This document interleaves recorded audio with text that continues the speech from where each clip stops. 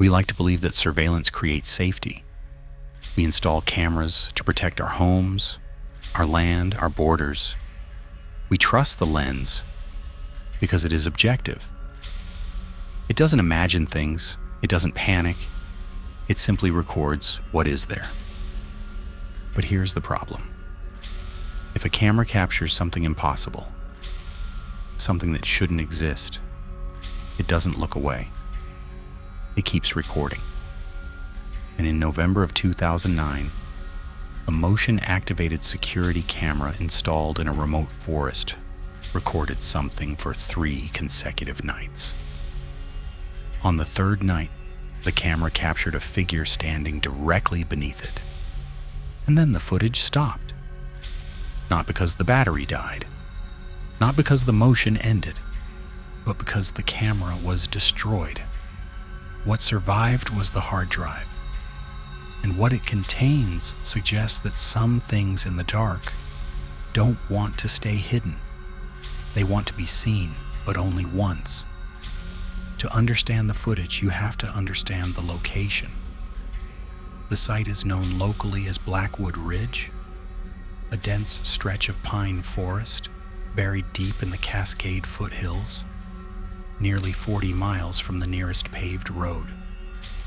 For decades, the area was considered unusable. In the 1970s, a logging company attempted to develop the land. The project collapsed within months. Workers reported batteries draining within minutes, radios picking up distorted screaming through the static, heavy equipment shifting position overnight. The company abandoned the site. The land was sold and left untouched for over 30 years. In late 2009, the new owners began receiving reports of poaching. To secure the property, they hired a third-party contractor, a former military surveillance technician named Elias Vane. Vane didn't believe in folklore. He believed in equipment. He installed a military-grade, low-light infrared camera powered by a solar array, aimed directly at the main deer trail cutting through the valley. The DVR was locked inside a reinforced steel case, bolted 10 feet up a Douglas fir. The system went live on November 10th. Vane expected to return in a month. He returned in 4 days. The first activation occurred on November 11th. Timestamp, 2:14 a.m. The footage is standard infrared night vision. Trees glow pale white. Shadows bleed into static.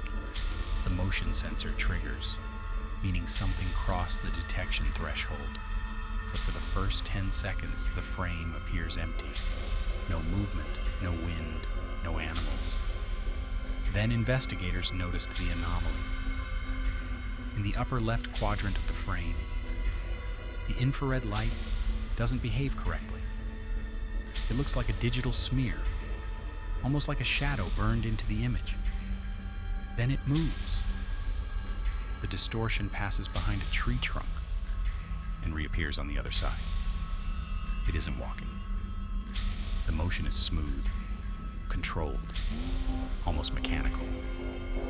The shape never enters the center of the frame. It stays in the periphery, as if testing the camera's range. After 30 seconds, the motion stops. The recording ends. Later analysis revealed something disturbing.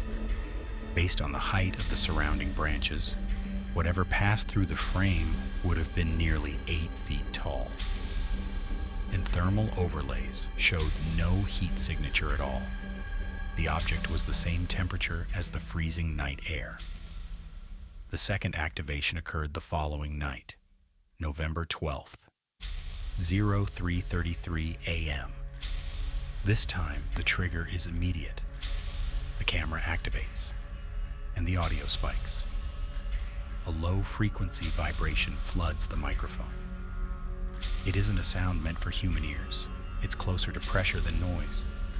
In the center of the frame stands a deer, but it isn't behaving normally. The animal is rigid, frozen. Its head is tilted at an unnatural angle, staring directly into the camera lens.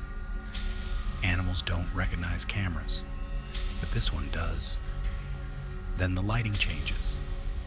A shadow enters the frame from the right. Long, angular, wrong. The deer doesn't run. It collapses instantly like a marionette with its strings cut. What follows is 2 minutes of recording. There is movement below the camera's field of view. There is tearing. Wet, organic tearing. This is the moment investigators realized the camera wasn't recording a hunt. It was recording a demonstration. Then the audio drops out. Complete silence. The video feed distorts, tears horizontally, and resets. November 13th, the final night. This footage was never released publicly. What we know comes from the official police report filed by Elias Vane. Timestamp: 1:15 a.m. The camera activates. The trail is empty. The deer carcass from the previous night is gone, dragged away without tracks. Then something steps into the frame. It emerges from directly beneath the tree. It had been waiting there. The figure is bipedal, but the anatomy is wrong. Limbs too long, joints bending in reverse. Its surface absorbs infrared light, making it appear as a void, a hole cut into the static. It stands in the center of the trail. It doesn't move for an hour. The motion sensor never times out. The figure vibrates just enough to keep the system recording. At 2:15 a.m., it turns. The camera resolution is only 720p, yet the face isn't pixelated. It's blurred by motion. The head is moving side to side faster than the shutter can capture. Then the audio returns. The sound is not speech. It is mimicking the mechanical whir of the camera's internal motor, mocking it. The figure begins climbing the tree. Bark tears away. Metal groans. The camera shakes violently. The final frame captures a pale, elongated hand, too many joints, reaching for the lens, then white static. Elias Vane returned 2 days later. The steel lockbox had been torn from the tree, not unlocked, peeled open. The DVR unit was smashed, but the memory card was found pressed into the mud nearby, damaged but recoverable. There were no footprints, no fur, no biological evidence, only destroyed equipment, and 3 nights of impossible footage. The land was sold within a month. A 10-foot electric fence was erected. Warning signs were posted. No logging has ever resumed at Blackwood Ridge. Skeptics argue the footage was a hoax, a man in a suit, edited audio, a staged destruction. But the police report contains one detail that doesn't fit. When data recovery specialists analyzed the timestamps from the final night, they discovered a discrepancy. The footage of the creature climbing the tree lasts 3 minutes, but according to the internal clock of the DVR, 8 hours passed. 8 hours where the camera was recording. The creature was present, and the data simply doesn't exist. If the camera was recording for 8 hours, it means the creature didn't leave.